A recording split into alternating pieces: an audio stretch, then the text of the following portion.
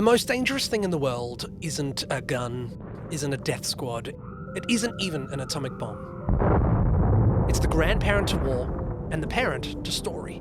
It's small, it's simple. It's an idea. In this video, I'm going to talk about the most dangerous idea in the world, specifically the type of idea. And at the end, I'll give you an example of one that I genuinely believe has the power to stop humanity in its tracks. Section 1. Do ideas have morals?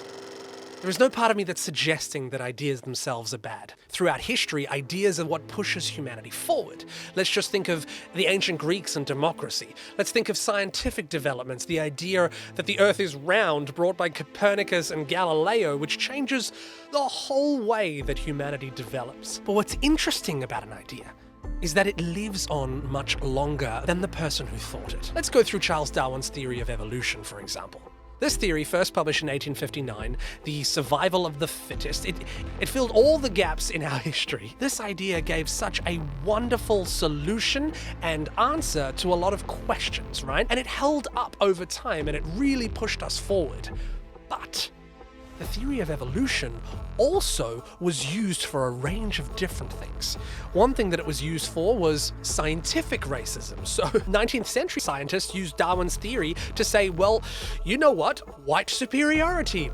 Whites are more important than everyone else, claiming that other races are more evolved than others, which led to eugenics, which was like, okay, you know what? Due to science, if it's survival of the fittest can do whatever the hell they want, which led to awful things. The idea itself, it's not positive, no. It's not negative, no. But its effects and consequences can be taken in many ways. So the idea in the scenario becomes either a cure or a disease, depending on who's wielding it. Section 2. Which ideas last? I believe the most stupid and brash ideas often are the most dangerous. Although they fly up like a flare and everyone sees this dangerous idea, the more dangerous and stupid it is, the more it is attacked. And it's actually brought down. And sometimes it's brought down through words and talking, and sometimes it's even as bad as war. Let's look at Nazi supremacy, gosh, and the extermination of certain groups of people based on race or religion. Look, dangerous, hateful idea caught a lot of momentum, used to justify the Holocaust and the atrocities, but despite its initial success, the idea itself was attacked and destroyed. Now, through hashing out ideas over and over and over, the best ones prevail, which predominantly lead to the society that we have now. If we are hashing these ideas out over and over, and people are always bringing ideas to the fore, I believe the ones that last the longest are the ones that strike up some level of truth, some level of understanding with a larger group of people. And the more truth there is to an idea, the longer it lasts. Which leads us to section number 3, the most dangerous idea in the world.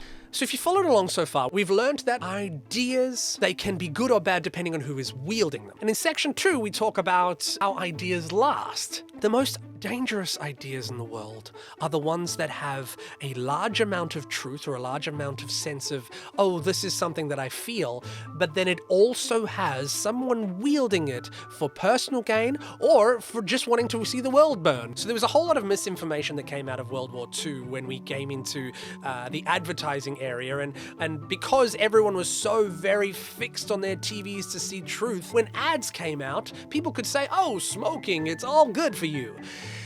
And the truth in that is, yes, there is some part of it, consumerism, that feels good, and the real disgusting part of it is that no, it's actually not good for you. It's good for someone, and so therefore you have a great example of a dangerous idea. It's good for someone, there is some truth to it, but it's not the full truth, and it lasts a long time. It sticks because it has that resemblance of truth, right? There are loads of ideas that essentially give you most of the truth, give you most of a sense of feeling that this could be right, but it also has an insidious or someone behind it using it for a personal gain. Now we're going to head to section 4, which I'm going to give you an example of an idea that I genuinely think is a dangerous idea because it obliterates the best of humanity. If you don't believe me in the next bit, that's fine. I actually genuinely want you to write in the comments and talk to me about it. Let's talk about ideas because this is how ideas perpetuate. This is what I want in life. I want us to be able to talk about ideas because the good ones prevail, the bad ones don't. If you're still here for something, something's ringing true, right? And if you're not, you can just go to the next video. That's how ideas work. And that's how I believe ideas should work.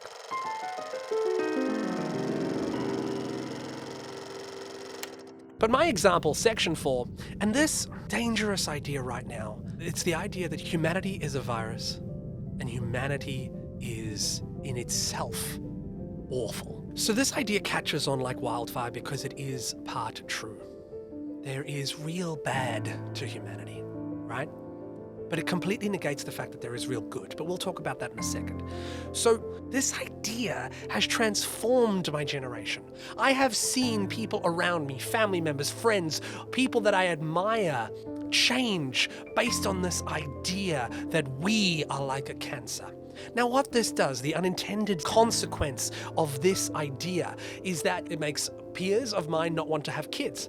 It makes everyone angry at other humans because if you believe humanity is a problem, then everyone else is a problem and you look for the problems in everyone else. But then you also look for the problems in yourself and you become depressed. There are so many people depressed and without meaning in their lives because they think humanity is the worst. And I genuinely believe that is something that is a big factor in our huge levels of depression. So I genuinely believe we are best when we work together.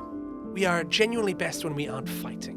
We are best when we aren't depressed and we have meaning. We are best when we, for example, have kids or have responsibility for something else other than ourselves. It doesn't have to be kids, but that's a big, big part of humanity. Who's using it for bad? A lot of people. It's used in political terms to start fighting with other people. It's used so many ways, and it's just one of those examples of a poisonous idea. I believe if you want to save anything on this earth, writing off humanity is the worst idea because it makes us all focused on the worst of us rather than bringing out the best in everything that we've got and making solutions to fix problems. Yeah, I just love ideas, love talking about ideas, and I feel like this is a new chapter for me.